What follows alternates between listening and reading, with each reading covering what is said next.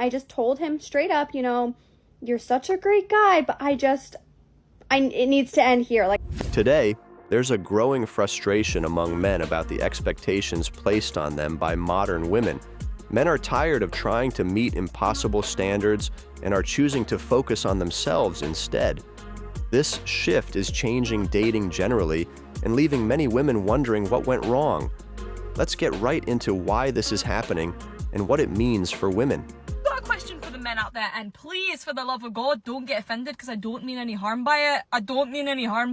So many men wish death upon me. No, so many men say that they're scared of women. Okay? So many men say this. I've heard this to me about situations. What does this mean? What do men mean when they say they are scared of women? Are you actually scared of women, or are you scared of approaching them? Like, why are we scared? Like, I'm here to answer the questions that you need to have answered in the comments. I will 100% give you the honest truth about a woman or a situation that you need prevailing.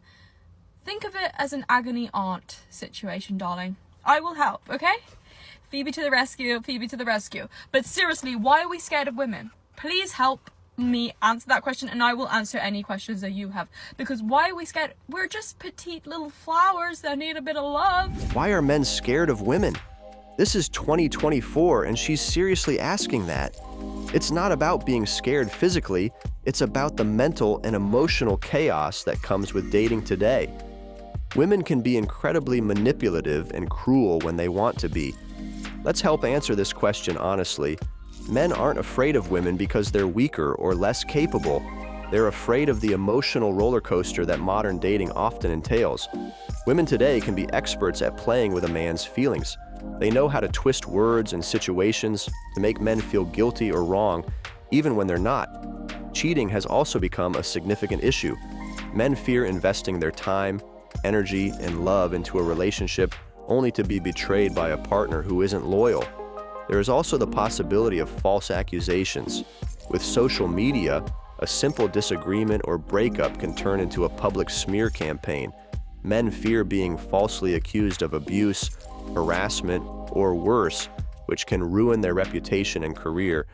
This is a story about how my ex-boyfriend from high school and I officially broke up. Now, it's tragic, so buckle up. It all started the summer before senior year of high school, when I started dating a guy who I knew was a fuckboy. He was the star football player, big in the popular group. Everybody loved him. Everybody wanted him. Everyone wanted to be him. So I was up for the challenge. I'm gonna make this man mine. And I did. And we started dating right when school started. Now, I view high school loves two ways. You can either have your high school love turn into your high school sweetheart, get married, and live your long, happy life, or it can be the worst possible dating experience you've ever had in your entire fucking life. Now, because I fell in love, I thought, what better way to seal the love than to seal it with sex?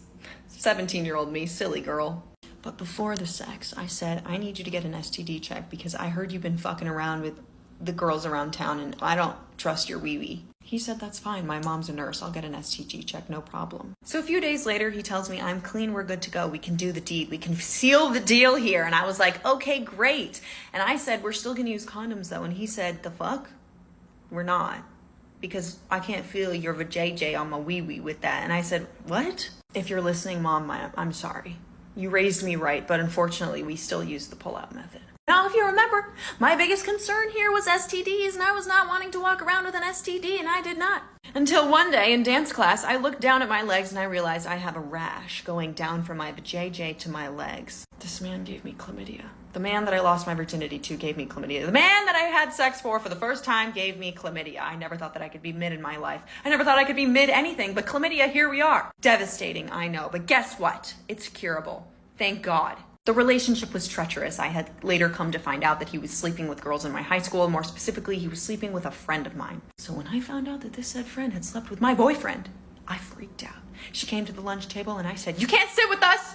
I literally had a Mean Girls moment. You can't sit with us. And she said, Aubrey, I invited you to sit here. My face got so red. I was like, you can't sit with us. And my friend Teresa pulled my arm, grabbed me outside and said, Aubrey, don't do this here. And I wanted to be like, Teresa, you were literally on the news 2 weeks ago for having high school fights. What do you mean? But I didn't. I said, you know what, Teresa, you're right. It's not worth it. This is stupid. And stupid it was, and stupid I was, because guess what? I got back together with him and we continued fighting for the entire rest of senior year. We even went on senior trip and had like a big, huge argument that all of our friends saw, and it was terrible and embarrassing and awkward. But then even after senior trip, we got back together. I was in love. I was in lust. I was obsessed. I wanted this man, and I wanted to show him why he needed me, but it didn't work. But how did we officially break up? Let me tell you, this is what you need to know. I'm driving over to his house after senior trip to have a nice day with him, to have a nice summer day with him, and I get there and he says to me, Aubrey, I don't want to be with you anymore. I was like, what? The fuck did you just say? He said, I don't want to be with you anymore. And what the fuck did you just say? What the fuck did you just say?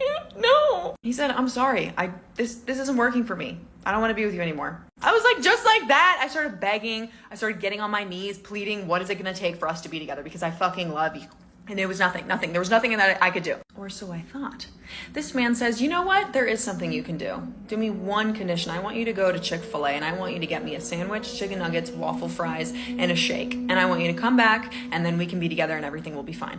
I literally was like, okay, that's so easy. I can go there right now. I'll be right back. So I drive up to the Chick-fil-A drive-thru and I'm like, hi, okay, so I'm really excited because my boyfriend said he'll want to be with me if I get him these 4 things. I get his order, bag is secured. I drive back to his place and he's having the best time eating it. And he goes,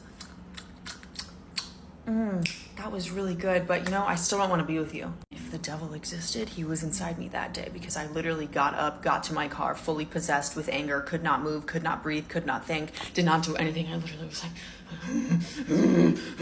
I went home and I put a fucking curse on that motherfucker. Well, we do have to admit that was a pretty good story, but that's the issue. The way women are constantly coming to social media to pour out their relationship issues and, of course, paint themselves as the perfect partner in the equation. The truth is, the guy knew from the very start that the relationship wasn't going to last. She was using him for fame, even betting on herself to get him, and he was using her too. Women would never go for the good guys. It's always the terrible ones. Then they hope to change him. And when it goes wrong, they take to social media to rant. She saw the red flags from the very first day and chose to ignore them. Now, she's painting herself as the victim. Women need to begin to take responsibility for their actions, and that's just the fact. The problem with modern women is that they want everything on their terms. They want the excitement and thrill of dating the bad boys, but they expect these men to magically transform into the ideal partner. When that doesn't happen, they act surprised and hurt. It's a cycle that keeps repeating, and it's leading more and more men to walk away. Men are tired of being blamed for everything that goes wrong in a relationship. They're tired of being painted as the villains when things don't work out. I personally think dating apps should only be for people who actually want to date.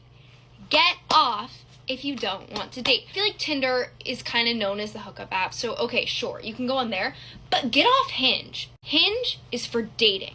Don't go on there if you just want to hook up or find someone to Snapchat back and forth with. Get off, respectfully. Or someone says that they're looking for a long-term relationship, but then they either literally don't respond when you're like trying to get to know them or plan a date, or they ask for your Snapchat. A grown-ass man should not be asking for my Snapchat. I love finding Michael, 27, unemployed, who's looking for short-term fun. Like, respectfully, Michael, respectfully. I think you're a little too old for that. Like, why would you not want a relationship? And he lives in his mom's basement, and he doesn't have a car either, so you have to pick him up, and then unfortunately on the date he's going to have forgotten his wallet. But just short-term fun, not looking for a relationship. No. Women need to get off their high horse and understand that dating apps are exactly what they are. Whether someone is looking for short-term fun or even marriage is beside the point.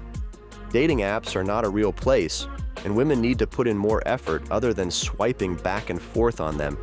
If they want meaningful relationships, they should look for ways to create one in real life. It's just a pity that a lot of men are now going their own way. Modern women are doomed because they refuse to see the reality of the situation. They are living in a fantasy world where they think they can just sit back, swipe right, and expect Prince Charming to show up. But the truth is, dating apps are not a magic solution to finding love. They are just a tool, and like any tool, they need to be used properly. Simply swiping left or right is not enough to build a meaningful connection with someone. It takes effort, time, and genuine interest in the other person.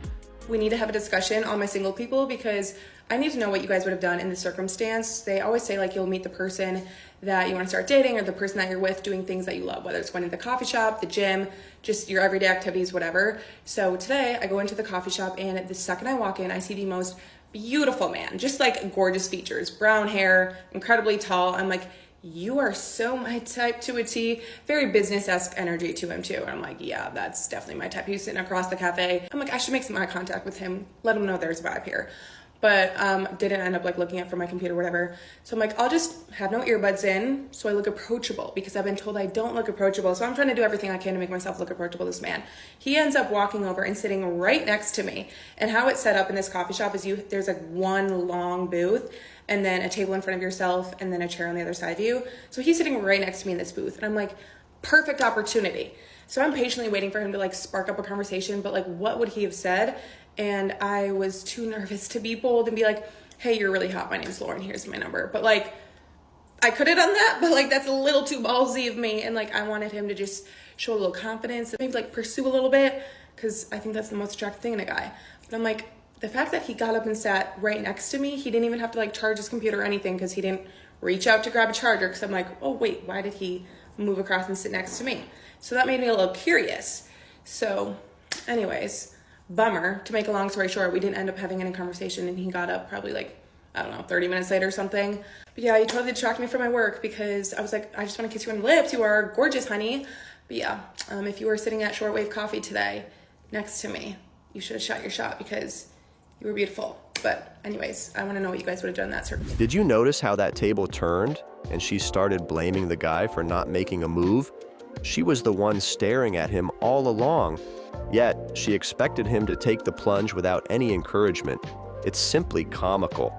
There are many reasons why men don't approach women anymore, and society is a big part of it. One major reason is the fear of rejection. In today's world, a simple no isn't always just a no. It can come with ridicule, embarrassment, and even public shaming on social media. Men are wary of being labeled as creeps or predators just for expressing genuine interest. This societal shift has made the dating scene a minefield for men who now prefer to avoid the potential drama altogether. Moreover, modern dating expectations have become unrealistic. The pressure to meet high standards set by social media and popular culture can be overwhelming. Many women today expect men to have a perfect job, a perfect body, and a perfect personality. I ended things with a guy that I was dating yesterday, and it was not well received at all. For context, we've been on like 2.5 dates. If you know, you know. And there were some key differences that I'm like, okay, long term, this is not going to work for me. He was super religious. He was quite a bit older than me, had different priorities. I just knew it wasn't going to work. So rather than ghosting him because I knew he really liked me, I just told him straight up, you're such a great guy, but it needs to end here. Like, I just don't see this going any further. And he was really upset with me. And again, after that many dates, like, I don't owe you anything. I could have ghosted you. I could have whatever. But I gave you the courtesy of letting you know how I felt, and I communicated it to you. And he came by to get his stuff, and he, like, wouldn't look at me, wouldn't talk to me. And, like, bro, like, damn, like, I don't know what to tell you. Like, it's just not gonna work. It's not gonna work. Like, I'm looking for a husband, and I know that you're not him. You're not my man. God, I don't know. You can't win. You're such a great guy, but these words have become a trauma trigger for many men today. They pour their hearts out only to be rejected with this simple, dismissive phrase. It stings, especially when the man has already developed feelings. This situation also shows a growing issue in modern relationships. Women taking to social media to rant about their relationships. It's not only pointless, but also reveals a lack of self-awareness and accountability. She told him she wasn't interested. Fair enough, but what did she expect? Did she think he wouldn't be disappointed or sad? The truth is, women often can't handle the very behavior they exhibit. They dish out rejection and critique, but crumble when it's directed at them. They have opinions on how men should react, but rarely consider the emotional impact of their actions. This behavior just shows the bigger issue: women not appreciating good men. Time and again, we see women gravitating towards men with obvious red flags, the so-called bad boys, while dismissing the genuinely good guys. The good guys are seen as boring or too nice, while the bad boys, with all their flaws, are somehow more appealing. But guess what happens next? After the thrill of the bad boy wears off and the inevitable heartbreak ensues, these women take to social media, crying about their failed relationships. A lot of men have been commenting on my post. Why can't you find a decent man? Lower your standards. One, it's not negative to have standards. I also don't even think standards is the right word. It's okay to have expectations of what you want your partner to be like. You might be of a certain religion, you might have a certain family value that's important to you. Doesn't mean that you can just walk into a bar and go up to someone and be like, oh, you're decent, you'll do, I'll procreate with you. If every woman thought like that, then the other 50% of males that are commenting on my post saying your child's going to be traumatized if it only has one parent, well, the kid's only going to have one parent anyway because the dad's going to fuck off at some point and they're going to be all alone. So make it make sense. What exactly do women really want? This question has puzzled men for years, and it's becoming more frustrating by the day. If a man doesn't approach a woman, it's a problem. He's labeled as timid, uninterested, or even weak. But when men do approach, they face issues with how they approach. It's too forward, too shy, not confident enough, or too aggressive. There's no winning. This confusing dynamic stems from women setting unrealistic expectations. Many women today have a checklist that reads like a fantasy novel. They want a man who is tall, handsome, rich, sensitive, strong, ambitious, and funny. He should have the perfect career, the perfect car, and the perfect life. He must worship the ground she walks on, but also be independent and strong-minded. He should be adventurous, but also love staying in. The list goes on and on. All right, guys, we've come to the end of this video, and if you enjoyed it, do well to click on the like and subscribe buttons. Don't forget to check other videos on our playlist. We've got some amazing contents for you. See you in our next video.